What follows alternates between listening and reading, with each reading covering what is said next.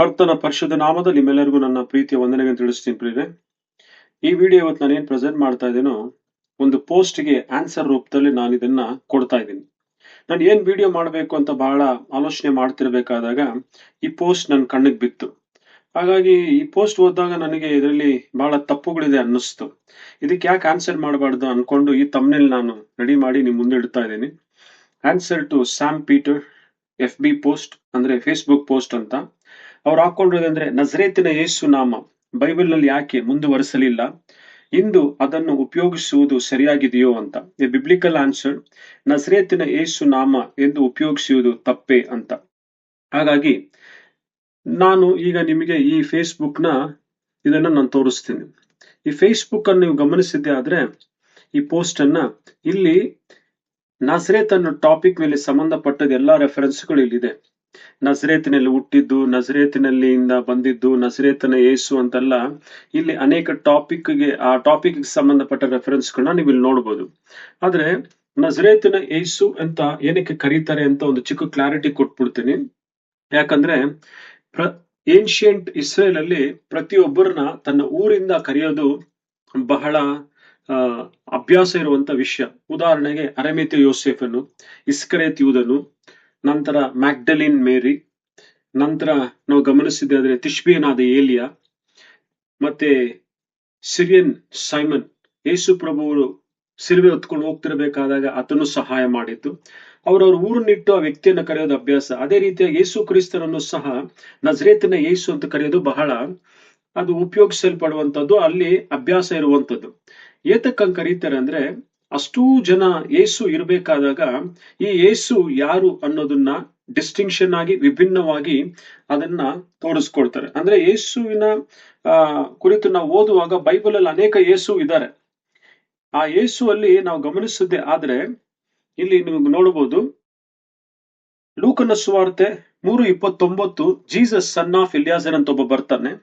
ಕೊಲೇಶಿಯನ್ಸ್ 4:11 ಅಲ್ಲಿ Jesus Justus ಅಂತ ಒಬ್ರು ಬರ್ತಾರೆ. ಆಮೇಲೆ ಎಕ್ಲಿಯಾಸ್ಟಿಕಸ್ ಅಂದ್ರೆ ನಮ್ಮ ಬೈಬಲ್ ಅಲ್ಲಿ ಇಂದಿರೋ ಒಂದು ಪುಸ್ತಕ ಅಪೋಕ್ರಾಫಲ್ ಬುಕ್ ಅಲ್ಲಿ ಬರುತ್ತೆ ಇದು, ಅಲ್ಲೂ ಸಹ ಜೀಸಸ್ ದಿ ಸನ್ ಆಫ್ ಸಿರಾಕ್ ಅಂತ ಒಬ್ರು ಬರ್ತಾರೆ. ಸೊ ಇಷ್ಟೂ ಜನಗಳ ಇರುವಂತ ಈ ಯೇಸುವಿನ ಮಧ್ಯದಲ್ಲಿ ನಜರೇತಿನ ಯೇಸು ಅನ್ನೋದು ಬಹಳ ವಿಭಿನ್ನವಾಗಿರುತ್ತೆ. ಹಾಗಾಗಿ ಅದನ್ನ ಐಡೆಂಟಿಫಿಕೇಶನ್ಗೋಸ್ಕರ ಆ ರೀತಿಯಾಗಿ ಕರೆಯಲ್ಪಟ್ಟಿದೆ. ಈಗ ಹಾಗಾದ್ರೆ ಒಂದು ಉದಾಹರಣೆ ಕೊಡ್ತೀನಿ ನಾನು. ಏನು ಅಂದ್ರೆ ಒಂದು ಬೀದಿಯಲ್ಲಿ 4 ಜನ ರಮೇಶ ಇದ್ರು. ಅವಾಗ ಒಬ್ಬ ಬಂದ್ಬಿಟ್ಟು, ಸರ್ ಇಲ್ಲಿ ರಮೇಶ್ ಅವ್ರ ಮನೆಯಲ್ಲಿ ಅಂತ ಕೇಳ್ತಾನೆ. ಅದಕ್ಕೆ ಆತನ ಕೇಳ್ತಾನೆ, ಯಾರು ಬೇಕಪ್ಪ ನಿನಗೆ? ಬೀದರ್ ರಮೇಶ್ ಬೇಕಾ, ತುಮಕೂರು ರಮೇಶ್ ಬೇಕಾ, ಗೊರವನಹಳ್ಳಿ ರಮೇಶ್ ಬೇಕಾ, ಚಿತ್ರದುರ್ಗ ರಮೇಶ್ ಬೇಕಾ ಅಂತಾನೆ. ಸರ್ ನನಗೆ ಚಿತ್ರದುರ್ಗ ರಮೇಶ್ ಬೇಕು ಅಂದ್ರೆ ಸ್ಟ್ರೈಟ್ ಆಗಿ ಹೋಗು, ಲೆಫ್ಟ್ ಸೈಡ್ ಅಲ್ಲಿ 2ನೇ ಮನೆ ನೋಡು ಅಂತಾನೆ. ಅಲ್ಲಿ 4-5 ರಮೇಶಗಳು ಇದ್ರೂ ಸಹ ಅವ್ರಿಗೆ ಯಾವ ಊರಿಂದ ಯಾವ ರಮೇಶ ಬಂದಿದ್ದನ್ನು ಗೊತ್ತಾಗುತ್ತೆ, ಅವ್ರು ಅಲ್ಲಿಗೆ ಲೀಡ್ ಮಾಡ್ತಾರೆ. ಸೊ ಅದೇ ರೀತಿಯಾಗಿ ಇಲ್ಲಿ ಎಷ್ಟೋ ಜನ ಯೇಸು ಇದ್ದು, ಚರಿತ್ರೆಯಲ್ಲಿ ಎಷ್ಟೋ ಜನ ಯೇಸು ಇದ್ರು. ಈ ಯೇಸು ನಜರೇತಿನಿಂದ ಬಂದ ಯೇಸು ವಿಭಿನ್ನವಾಗಿ ಚರಿತ್ರೆಯಲ್ಲಿ ನಿಂತ್ಕೊಂಡಿದ್ದಾನೆ. ಆತನು ನಮ್ಮ ಜೀವನದ ಆಧಾರವಾಗಿದ್ದಾನೆ. ಹೀಗಿರುವಲ್ಲಿ ಈ ಭಾಗ ಇಲ್ಲಿ ಮುಗೀತು. ಆ ರೀತಿಯಾಗಿ ಟಾಪಿಕ್ ಅನ್ನ ಕೊಟ್ಟಿದ್ದಾರೆ. ಎರಡನೇದನ್ನು ಗಮನಿಸಿದ್ದೆ ಆದ್ರೆ ಇಲ್ಲಿ ನಾವು ಒಂದು ವಿಷಯವನ್ನ ನೋಡ್ಬೋದು. ಅದೇನು ಅಂದ್ರೆ, ಈಗ ಅಪೊಸ್ತಲ ಕೃತ್ಯಗಳು ಅಲ್ಲಿ ಈತನ ಒಂದು ಮಾತು ಹೇಳ್ತಾನೆ. ಏನಂದ್ರೆ,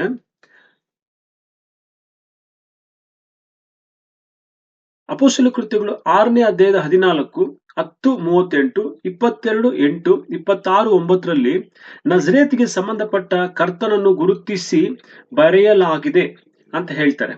ಹೀಗಿರುವಾಗಿ ಅಪೊಸ್ತಲ ಕೃತ್ಯಗಳು 3:6 ವಚನವನ್ನ ಪೆಂತಕೋಸ್ಟ್ನವರು ಅತಿಯಾಗಿ ಉಪಯೋಗಿಸಲು ಪ್ರಾರಂಭಿಸಿದ್ರು ಅಂತ ಹೇಳ್ತಾನೆ. ಉಪಯೋಗಿಸ್ಲಿ ಬಿಡು, ಅತಿಯಾಗಿ ಉಪಯೋಗಿಸ್ಲಿ. ಅತಿಯಾಗಿ ಉಪಯೋಗಿಸೋದ್ರಲ್ಲಿ ತಪ್ಪೇನಿದೆ? ಇವಾಗ ಅತಿಯಾಗಿ ಉಪಯೋಗಿಸಿದ್ರೆ ವಿಷ ಆಗುತ್ತೆ ಅಂತ ಹೇಳ್ತಾರೆ. ಆದ್ರೆ ಯೇಸುವಿನ ನಾಮ ಅತಿಯಾಗಿ ಉಪಯೋಗಿಸಿದ್ರೆ ಅಮೃತವಾಗಿ ಮುಗಿಲತ್ತೆ. ಅದು ವಿಷ ಆಗಲ್ವಲ್ಲ. ವಿಷ ಆಗಿರೋದು ಅಮೃತವನ್ನ ಬದಲಾಯಿಸುತ್ತದೆ. ಆ ರೀತಿ ಅಷ್ಟು ಶಕ್ತವಾದಂತ ನಾಮ ಅತಿಯಾಗಿ ಉಪಯೋಗಿಸಿದ ತೊಂದರೆಗಳೇನು ಅಂತ ಮುಂದೆ ಗಮನಿಸಿದ್ದೆ ಆದ್ರೆ, ನಂತರ ಇವರು ಬೋಧನೆಗಳನ್ನು ವಿರೋಧಿಸುವವರು ಕೂಡ ನಜರೇತಿನ ಯೇಸು ರೋಗ ಸ್ವಸ್ಥ ಮಾಡುವ, ದೆವ್ವ ಬಿಡಿಸುವ ಒಂದು ಮಂತ್ರದ ರೀತಿಯಲ್ಲಿ ಉಪಯೋಗಿಸಲು ಶುರು ಮಾಡಿದ್ದಾರೆ ಅಂತ ಹೇಳ್ತಾನೆ. ಇವಾಗ ಯೇಸು ಕ್ರಿಸ್ತನ ಹೆಸರನ್ನ ಉಪಯೋಗಿಸಿ ದೆವ್ವಗಳನ್ನು ಬಿಡಿಸಿ ರೋಗಗಳನ್ನು ಸೌಖ್ಯ ಮಾಡಿದ್ರೆ ಅದು ಮಂತ್ರ ಅಂತ ಯಾಕೆ ಹೇಳ್ತೀಯ ನೀನು? ಯಾವ ರೀತಿ ಹೇಳಕ್ ಸಾಧ್ಯ ಆಗುತ್ತೆ? ಈಗ ಅದು ದೇವ್ರು ನಮ್ಗೆ ಕೊಟ್ಟಿರುವಂತ ಅಧಿಕಾರ.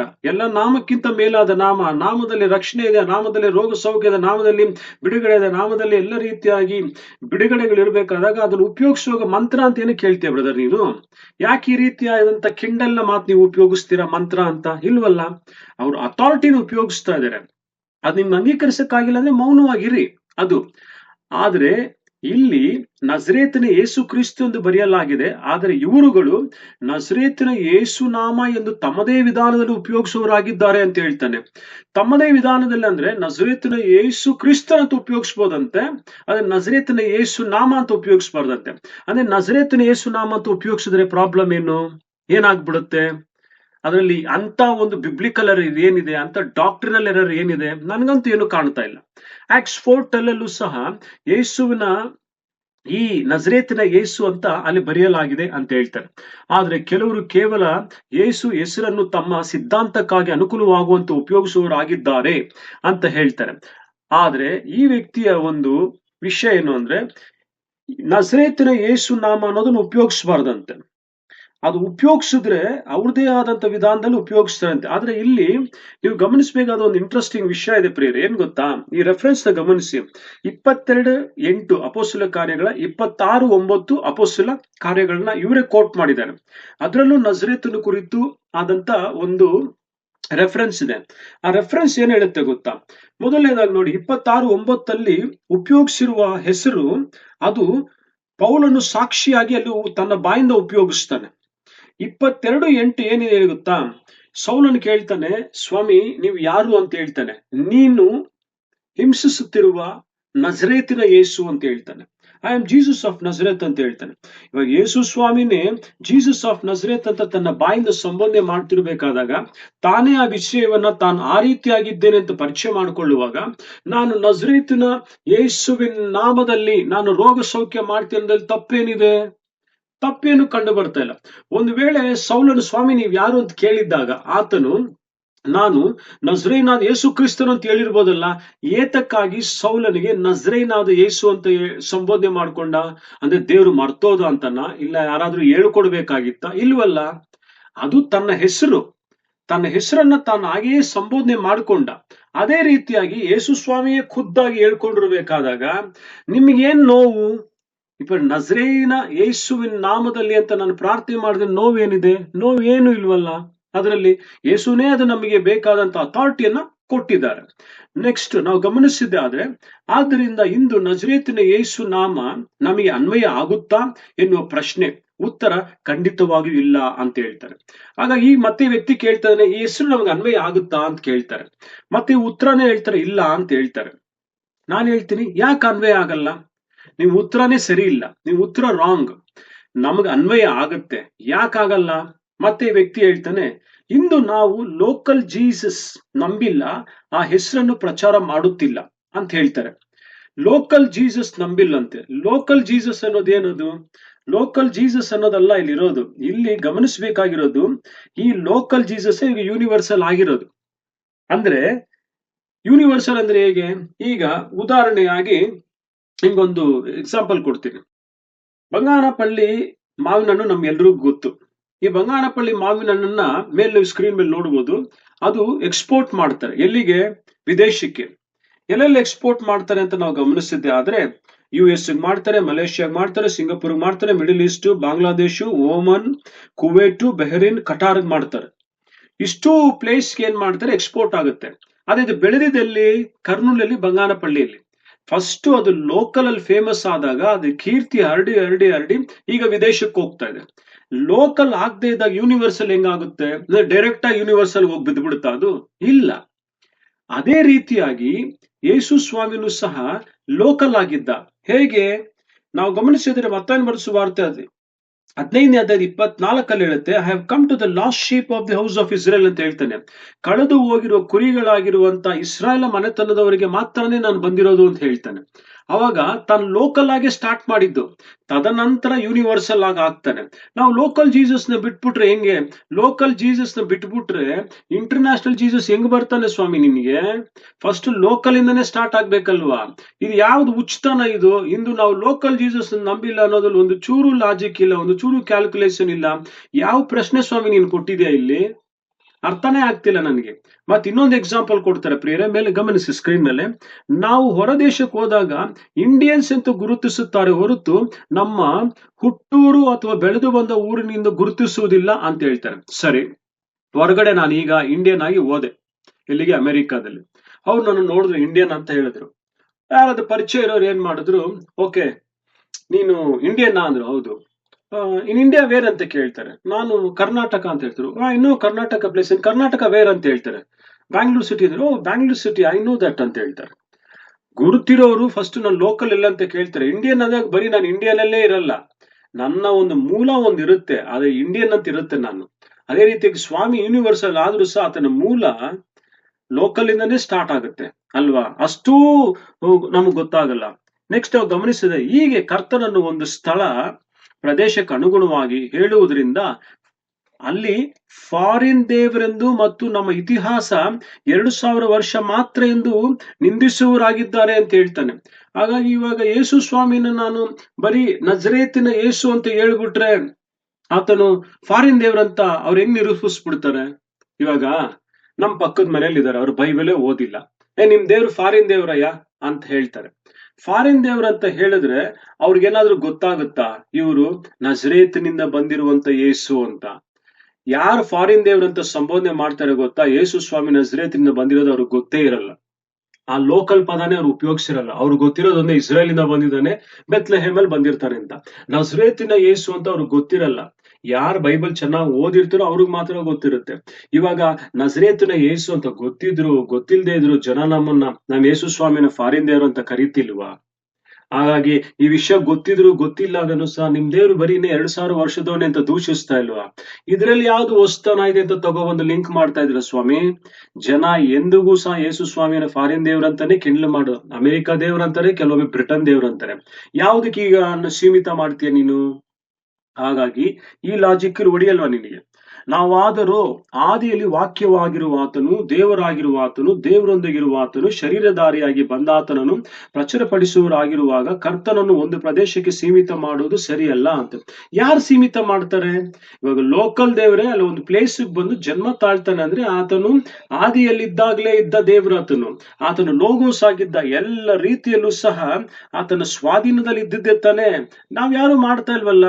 ಬಹುಶಃ ನಿನಗಂಗ ಅನ್ನಿಸ್ತಾ ಇದೆ ಅಷ್ಟೇ. ಇನ್ನು ನೆಕ್ಸ್ಟ್ ಗಮನಿಸಿದ್ದೆ ಆದ್ರೆ, ಪೇತ್ರನು ಕೂಡ ಮ್ಯಾಥ್ಯೂ 16:16 ರಲ್ಲಿ thou art Christ the son of living god ಅಂತ ಹೇಳ್ತಾನೆ. ಹಾಗಾಗಿ ನೀನು ದೇವರ ಮಗ ಅಂತ ಹೇಳ್ತಾನೆ. ಮತ್ತೆ ಪೇತ್ರನು ಅನೇಕ ವರ್ಷಗಳ ನಂತರ ಕೂಡ ಪತ್ರಿಕೆ ಬರೀತಾರೆ. 1 ಪೇತ್ರ 1:3 ಏನಂತ? ನಮ್ಮ ಕರ್ತನಾದ ಯೇಸು ಕ್ರಿಸ್ತನು ತಂದೆಯು ದೇವರಾಗಿರುವ ಆತನಿಗೆ ಸ್ತೋತ್ರವಾಗಲಿ ಎಂದು ಪ್ರಾರಂಭಿಸುತ್ತಾನೆ ಅಂತ ಹೇಳ್ತಾನೆ. ಸರಿ, ಹಿಂಗೆಲ್ಲ ಪ್ರಾರಂಭಿಸಿದ್ರು ಏನು? ಅದರಿಂದ ಏನಾಗುತ್ತೆ? ಈ ವಾಕ್ಯದಲ್ಲಿ ಯೇಸು ನಿತ್ಯನಾದ ತಂದೆ ಎಂದು ಬರದಿಲ್ಲ. ಯಾವುದು? ರೋಮಾಪುರ 1:17 ಕೋಟ್ ಮಾಡಿದ್ರೆ ಅದ್ರ ರೆಫರೆನ್ಸ್ ರಾಂಗ್. ಅದು 1:7 ಅದರಲ್ಲಿ ಲಾರ್ಡ್ ಜೀಸಸ್ ಕ್ರೈಸ್ಟ್ ಬಗ್ಗೆ ಹೇಳುತ್ತೆ. ಪೌಲನ್ ಎಲ್ಲಾ ಪತ್ರಿಕೆಗಳಲ್ಲೂ ಲಾರ್ಡ್ ಜೀಸಸ್ ಕ್ರೈಸ್ಟ್ ಅಂತ ಹೇಳ್ತಾನೆ. ಹೇಳಿಕೊಳ್ಳಿ, ತಪ್ಪೇನಿಲ್ಲ, ಅದ್ರಲ್ಲಿ ಏನಿದೆ ಅಂತ ಹೇಳ್ತೀನಿ. ಈಗ ಇಲ್ಲಿ ಲಾರ್ಡ್ ಜೀಸಸ್ ಕ್ರೈಸ್ಟ್ ಅಂತ ಅವರು ಅಪೋಸ್ತಲರು ಪೇತ್ರನು ಉಪಯೋಗಿಸ್ಬಿಟ್ರೆ ನಾನು ಉಪಯೋಗಿಸಬಾರ್ದು ಅಂತ ಏನಾದ್ರು ರೂಲ್ ಇದೆಯಾ? ನಾನು ನಜರೇನಾದ ಯೇಸು ಅಂತ ನಾನು ಉಪಯೋಗಿಸಿದ್ರೆ ಏನಾದ್ರು ತಪ್ಪಿದೆಯಾ? ಪಾಪ ಆಗುತ್ತಾ? ಇಲ್ಲ. ಅವರು ಬರೀ ಎಲ್ಲಾ ಕಡೆ ಯೇಸು ಕ್ರಿಸ್ತನ್ ಅಂತ ಉಪಯೋಗಿಸಿದ ಮಟ್ಟಕ್ಕೆ ನಾನು ನಜರೇನಾದ ಯೇಸು ಅಂತ ಉಪಯೋಗಿಸೋದಲ್ಲಿ ಯಾವುದೇ ರೀತಿ ಲಾಜಿಕ್ ಇಲ್ಲ ಅಂತ ಹೇಳೋದು ನಿಮಗ್ ಲಾಜಿಕ್ ಇಲ್ಲ ತಾನೆ? ಹೀಗಿರುವಲ್ಲಿ ಹೀಬ್ರೂ ಪತ್ರಿಕೆ 2:9 ಜೀಸಸ್ ಅನ್ನೋ ಒಂದು ಪದ ಬರೆಯಲ್ಪಟ್ಟಿದೆ. ಅಲ್ಲಿ ಮಾತ್ರ ಅಲ್ಲ, 10:19 ಜೀಸಸ್ ಬ್ಲಡ್ ಅಂತ ಬರೆಯಲ್ಪಟ್ಟಿದೆ. ಜೀಸಸ್ ಕ್ರೈಸ್ಟ್ ಬ್ಲಡ್ ಅಂತ ಬರ್ದಿಲ್ಲ. 13:12 ಜೀಸಸ್ ಅಂತ ಒಂದು ಪದ ಬರೆಯಲ್ಪಟ್ಟಿದೆ, ಅಲ್ಲಿ ಜೀಸಸ್ ಕ್ರೈಸ್ಟ್ ಅಂತ ಬರೆದಿಲ್ಲ. ಅವಾಗ ಹೀಬ್ರೂ ಲೇಖಕನಿಗೆ ಜೀಸಸ್ ಅಂತ ಉಪಯೋಗಿಸೋದ್ರಲ್ಲಿ ಆತನಿಗೆ ಯಾವುದೇ ರೀತಿಯಾದಂತ ಅಬ್ಜೆಕ್ಷನ್ ಇಲ್ಲ, ಯಾವುದೇ ರೀತಿಯಾದಂತ ಪ್ರಾಬ್ಲಮ್ ಇಲ್ಲ. ಹಾಗಾಗಿ ಈ ಲಾರ್ಡ್ ಜೀಸಸ್ ಕ್ರೈಸ್ಟ್ಗೂ ಯೇಸು ಅಂತ ಉಪಯೋಗಿಸಿದ್ರು ಯಾವುದೇ ರೀತಿಯಾದಂತ ಪ್ರಾಬ್ಲಮ್ ಇಲ್ಲ. ಯೇಸು ಅಂತ ಹೇಳು, ಯೇಸು ಕ್ರಿಸ್ತನ್ ಅಂತ ಹೇಳು, ತಪ್ಪೇನಿದೆ? ಇಲ್ಲ. ಮತ್ತೆ ಜೇಮ್ಸ್ 1:1, 2 ಯೋಹಾನ 1:3, ಯೂದ 1:4, ಪ್ರಕಟಣೆ ಗ್ರಂಥ 22:21 ಲಾರ್ಡ್ ಜೀಸಸ್ ಅಂತಾನೆ ಬರೆಯಲ್ಪಟ್ಟಿದೆ ಅಂತ ಹೇಳ್ತಾನೆ. ಬರೆಯಲ್ಪಟ್ಟಿದ್ರೆ ಏನು? ಸೊ ಅದನ್ನೂ ಹೇಳೋಣ, ನಜರೇಯನಾದ ಯೇಸು ಅಂತಾನು ಹೇಳೋಣ, ತಪ್ಪೇನಿದೆ? ಸೊ ಲಾರ್ಡ್ ಜೀಸಸ್ ಅಂತಾನೇ ಬರ್ದಿರೋದ್ರಿಂದ ನಾವು ನಜರೇತಿನ ಯೇಸು ಅಂತ ಬರೆಯೋದು ತಪ್ಪು ಅಂತ ಹೇಳಿದ್ರೆ ಅದು ಬಹಳ ಮುಟ್ಟಾಳ್ತನ ಆಗುತ್ತೆ ಬ್ರದರ್. ಉದಾಹರಣೆ ನಿಮಗ್ ಕೊಡ್ತೀನಿ. ಏನಂತ? ಇಮ್ಮಾನುಯೇಲ್ ಅನ್ನೋ ಒಂದು ಪದ ಇದೆ. ಅದು ಯೆಶಾಯ ಚಾಪ್ಟರ್ ಅಲ್ಲಿ 7:14 ಪ್ರಾಫಸಿ ಬರುತ್ತೆ. ಮತ್ತೆ ಮ್ಯಾಥ್ಯೂ ಗಾಸ್ಪಲ್ ಅಲ್ಲಿ ಚಾಪ್ಟರ್ 1:22-23 ಕನ್ಫರ್ಮೇಶನ್ ಗೊತ್ತಾಗುತ್ತೆ. ಮತ್ತೆ ಐಸಾಯ ಅಲ್ಲಿ ಚಾಪ್ಟರ್ 8:7-10 ಇದೆ. ಇಷ್ಟೇ ಇರೋದು ಇಮ್ಮಾನುಯೇಲ್ ಕುರಿತಾದಂತ ರೆಫರೆನ್ಸ್ಗಳು. ಒಂದ್ ವೇಳೆ ನನಗ್ ಗೊತ್ತಿಲ್ಲ ಅಂದ್ರೆ ದಯವಿಟ್ಟು ನನಗೆ ಟೀಚ್ ಮಾಡಿ, ನಾನು ಕಲ್ತ್ಕೊಳ್ತೀನಿ. ಹೀಗಿರುವಲ್ಲಿ ನನ್ನ ಜ್ಞಾನಕ್ಕೆ ಒಳಗಾಗಿರ್ಬೇಕಾದಾಗ ಇಮ್ಮಾನುಯೇಲ್ ಕುರಿತಾದಂತ ರೆಫರೆನ್ಸ್ ಇಷ್ಟೇ. ನಂತರ ಪತ್ರಿಕೆಗಳಲ್ಲೂ ಇಮ್ಮಾನುಯೇಲ್ ಇಲ್ಲ, ಮತ್ತೆ ಅಪೊಸ್ತಲರಲ್ಲೂ ಉಪಯೋಗಿಸಿಲ್ಲ, ನೀವ್ ಹೇಳಿದ್ರೆ ಪೇತ್ರನು ಉಪಯೋಗಿಸಿಲ್ಲ. ಹಾಗಂತ ನಾನು ಇಮ್ಮಾನುಯೇಲ್ ಅಂತ ಪದವನ್ನು ಉಪಯೋಗಿಸೋದು ಪಾಪ ಆಗುತ್ತಾ? ಜನಗಳು ಎಷ್ಟೋ ಜನ ತಮ್ಮ ಮನೆಗಳಿಗೆ ಇಮ್ಮಾನುಯೇಲ್ ಅಂತ ಹೆಸರಿಟ್ಕೊಂಡಿದ್ದಾರೆ, ಎಷ್ಟೋ ಜನ ತಮ್ಮ ಮಕ್ಕಳಿಗೆ ಇಮ್ಮಾನುಯೇಲ್ ಅಂತ ಹೆಸರಿಡ್ತಾರೆ. ಹಾಗಾಗಿ ಅಪೊಸ್ತಲರು ಉಪಯೋಗಿಸಿಲ್ಲ, ಪತ್ರಿಕೆಯಲ್ಲಿ ಉಪಯೋಗಿಸಿಲ್ಲ ಅಂತೇಳಿ ಇಮ್ಮಾನುಯೇಲ್ ಅನ್ನೋ ಪದವನ್ನು ಉಪಯೋಗಿಸೋದು ತಪ್ಪಾಗುತ್ತಾ? ಆಗಲ್ಲ. ಅದೇ ರೀತಿಯಲ್ಲಿ ಇಲ್ಲಿ ಅಪೊಸ್ತಲರು ಸಹ ಲಾರ್ಡ್ ಜೀಸಸ್ ಕ್ರೈಸ್ಟ್ ಅಂತ ಉಪಯೋಗಿಸಿದ್ರು, ಅಲ್ಲಿ ನಜರೇಯನಾದ ಯೇಸು ಕ್ರಿಸ್ತನ್ ಅಂತ ಉಪಯೋಗಿಸಿದ್ರು. ಅದ್ರ ಜೊತೆಗೆ ನಜರೇಯನಾದ ಯೇಸು ಅಂತ ಉಪಯೋಗಿಸೋದ್ರಲ್ಲಿ ಯಾವ ತಪ್ಪು ಇಲ್ಲ. ಸಿಂಪಲ್, ಇದು ಯಾವ ತಪ್ಪು ಇಲ್ಲ. ಹಾಗಾದ್ರೆ ನಜರೇಯನಾದ ಯೇಸು ಅಂತ ನಾನು ಹೇಳ್ಬಿಟ್ರೆ ಸ್ವಾಮಿ ಅದು ಮುನಿಸ್ಕೊಳ್ತಾರ? ನೀನ್ ನನಗೆ ನಜರೇಯನಾದ ಅಂತ ಯೇಸು ಹೇಳಿದ್ರೆ ನಾನು ನಿನ್ ಪ್ರೇಯರ್ಗೆ ಆನ್ಸರ್ ಮಾಡಲ್ಲ ಅಂತ ಹೇಳ್ತಾರ? ಇಲ್ಲ. ಅದು ತನ್ನ ಐಡೆಂಟಿಟಿ, ತನ್ನ ಹುಟ್ಟೂರು, ತನಗೆ ಬೇಕಾದದ್ದ ಆ ಒಂದು ಪ್ರದೇಶದಿಂದ ಬಂದಿದ್ದು. ನಾಜರೇತಿಂದ ಏನಾದ್ರು ಒಳ್ಳೇದು ಬರುತ್ತಾ ಅಂದ್ರೆ ಬಂದು ನೋಡು ಅಂದ. ತಾನು ನಾಜರೇತ್ನಲ್ಲಿ ಹುಟ್ಟಿದಕ್ಕೆ ನಾಜರೇತ್ ಫೇಮಸ್ ಆಯ್ತು. ಹಾಗಾಗಿ ನಾಜರೇತ್ ಎಂಬ ಹೆಸರಿನಿಂದ ನಜರೇಯನಾದ ಯೇಸು ಅಂತ ನಾನು ಉಪಯೋಗಿಸೋದ್ರಲ್ಲಿ ಯಾವುದೇ ತಪ್ಪಿಲ್ಲ, ಯಾವುದೇ ರೀತಿಯಲ್ಲೂ ತಪ್ಪಿಲ್ಲ. ಲಾಸ್ಟ್ ನೀವೇನ್ ಹೇಳಿದೀರಾ? ಈ ಅಂಧ ಭಕ್ತರಿಗೆ ಪೇತ್ರನಾಗ್ಲಿ ಇತರ ಅಪೊಸ್ತಲರ ಬೋಧನೆ ಆಗ್ಲಿ ಬೇಕಿಲ್ಲ. ಇವರು ಅನಾಚಾರಕ್ಕೆ, ಸುಳ್ಳು ನಂಬಿಕೆಗಳಿಗೆ, ಅಪೊಸ್ತಲ ಕೃತ್ಯಗಳು ಕೇವಲ ಪೇತ್ರನ ಕೆಲವು ವಚನಗಳು ಮಾತ್ರ ಬೇಕು ಅಂತ ಹೇಳ್ತಾರೆ. ಸ್ವಾಮಿ, ಅಂಧ ಭಕ್ತ ನೀನೆ, ಸರಿಯಾಗಿ ಅರ್ಥ ಮಾಡ್ಕೊಳ್ದಿರೋದು ನೀನೆ. ನಾನೊಂದ್ ಮಾತು ಹೇಳ, ನಜರೇಯನಾದ ಯೇಸು ಅಂದ್ರೂ ತಪ್ಪಿಲ್ಲ, ನಜರೇಯನಾದ ಯೇಸು ಕ್ರಿಸ್ತನ್ ಅಂದ್ರೂ ತಪ್ಪಿಲ್ಲ, ಎರಡೂ ಒಂದೇ. ಏನಂದ್ರೆ ಅಲ್ಲಿ ಕ್ರೈಸ್ಟ್, ಅಭಿಷಕ್ತರು ಅನ್ನೋ ಪದ ಆಡ್ ಆಗ್ತಾ ಇದೆ ಅಷ್ಟೇ. ಲಾರ್ಡ್ ಜೀಸಸ್ ಕ್ರೈಸ್ಟ್ ಅಂದ್ರೂ ತಪ್ಪಿಲ್ಲ, ಇಮ್ಮಾನುಯೇಲ್ ಅಂತ ಉಪಯೋಗಿಸಿದ್ರು ತಪ್ಪಿಲ್ಲ, ವಧಿಸಲ್ಪಟ್ಟ ಕುರಿಮರಿ ಅಂತ ಉಪಯೋಗಿಸಿದ್ರು ತಪ್ಪಿಲ್ಲ, ಯೇಸು ಸ್ವಾಮಿಗೆ ಎಷ್ಟು ಹೆಸರುಗಳಿದೆ ಅಷ್ಟು ಹೆಸರುಗಳು ಉಪಯೋಗಿಸೋದು ತಪ್ಪಿಲ್ಲ. ನಾನು ಏನ್ ಹೆಸರಿಂದ ಕರೆದ್ರೂ ಆತ ನನ್ಗೆ ಸ್ಪಂದಿಸ್ತಾನೆ. ಅಷ್ಟೇ ಆಗ್ಲಿ, ಇದು ಯಾವುದೋ ಒಂದು ದೊಡ್ಡ ಹುಚ್ಚತನದ ತಗೊಂಡ್ಬಂದ್ಬಿಟ್ಟು ಈ ರೀತಿ ಪ್ರೆಸೆಂಟ್ ಮಾಡಿ ಜನಗಳ ಮಧ್ಯದಲ್ಲಿ ಗಲಿಬೆ ನೆಬ್ರಿಸ್ಬೇಡಿ ಬ್ರದರ್. ದಯವಿಟ್ಟು ಯಾವುದೇ ರೀತಿಯಲ್ಲೂ ಸಹ ಆತನ್ನ ನಾವು ಕರೀಬಹುದು. ಅಂದ್ರೆ ಬೈಬಲ್ ಅಲ್ಲಿ ಒಳಗೊಂಡ್ರೆ ಎಲ್ಲಾ ನಾಮಗಳನ್ನೆತ್ತು ನಾವು ಆರಾಮಾಗಿ ಮಾತಾಡಬಹುದು, ಏನು ತೊಂದರೆ ಇಲ್ಲ. ಯಾವುದೇ ರೀತಿಯಲ್ಲಿ ನಾವು ಆತನ ಕೂಗುದ್ರು ಸಹ ಆತನ ಅಕ್ಸೆಪ್ಟ್ ಮಾಡೋದ್ರಲ್ಲಿ ರೆಡಿ ಆಗಿದ್ದಾನೆ. ಹೀಗಿರುವಲ್ಲಿ ನಾನು ಏನ್ ಹೇಳಕ್ ಬರ್ತೀನಿ ಅಂದ್ರೆ, ಈ ಬ್ರದರ್ ಏನ್ ಪೋಸ್ಟ್ ಮಾಡಿದಾರೋ, ಯೇಸು ಸ್ವಾಮಿ, ನಜರೇಯನಾದ ಯೇಸು ಸ್ವಾಮಿಯನ್ನು ನಮ್ಗೆ ಅನ್ವಯಿಸುತ್ತಾ ಅಂದ್ರೆ ಖಂಡಿತವಾಗಿ ಅನ್ವಯಿಸುತ್ತೆ, ಏನು ತಪ್ಪಿಲ್ಲ. ನೆಕ್ಸ್ಟ್ ಎಕ್ಸಾಂಪಲ್ ಕೊಟ್ಟಿದ್ದೀನಿ. ಎರಡನೇ ನಾವು ಗಮನಿಸಿದ್ದೆ ಆದ್ರೆ, ನಜರೇಯನಾದ ಯೇಸು ಅನ್ನೋ ಪದ ನಾವು ಉಪಯೋಗಿಸ್ಬೋದು ಅಂದ್ರೆ ಆರಾಮಾಗಿ ಉಪಯೋಗಿಸ್ಬೋದು, ಏನು ತೊಂದರೆ ಇಲ್ಲ. ಲೋಕಲ್ ಇಂದ ಯೂನಿವರ್ಸಲ್ ಬಂದಿರೋ ಪದವನ್ನ ನಾವ್ ಹೆಂಗ್ ಮರೆಯಕ್ಕಾಗುತ್ತೆ? ಅಲ್ಲಿಂದ ತಾನೇ ಸ್ಟಾರ್ಟ್ ಆಗಿದೆ, ಅಲ್ಲಿಂದ ತಾನೇ ನಮ್ಮೆಲ್ಲ ಗೊತ್ತಾಗಿದೆ. ಹಾಗಾಗಿ ಯಾವುದೇ ರೀತಿಯಲ್ಲಿ ತಪ್ಪಿಲ್ಲ ಪ್ರೇಯರೇ, ಆರಾಮಾಗಿ ಉಪಯೋಗಿಸಿ. ಇಂತ ಅನೇಕ ವಿಧವಾದ ಲಾಜಿಕ್ ಇಲ್ದಿರೋದೆಲ್ಲ ಬರ್ತಾ ಇರುತ್ತೆ, ಆದ್ರೂ ಇದಕ್ಕೆ ಆನ್ಸರ್ ಕೊಡಕ್ಕೆ ನಾವು ರೆಡಿ ಆಗಿರ್ಬೇಕು. ನೆಕ್ಸ್ಟ್ ವಿಡಿಯೋ ಜೊತೆಗೆ ನಾನು ಮುಂದೆ ಬಂದು ಪ್ರೆಸೆಂಟ್ ಮಾಡ್ತೀನಿ. ಅಲ್ಲಿವರೆಗೂ ಕರ್ತನ ನಾಮ ನಮ್ಮ ಜೊತೆಲಿರ್ರಿ. ಅಂದ್ರೆ ಯೇಸು, ನಜರೇಯನಾದ ಯೇಸು ನಮ್ಮನ್ನ ಆಶೀರ್ವದಿಸಲಿ. Thank you.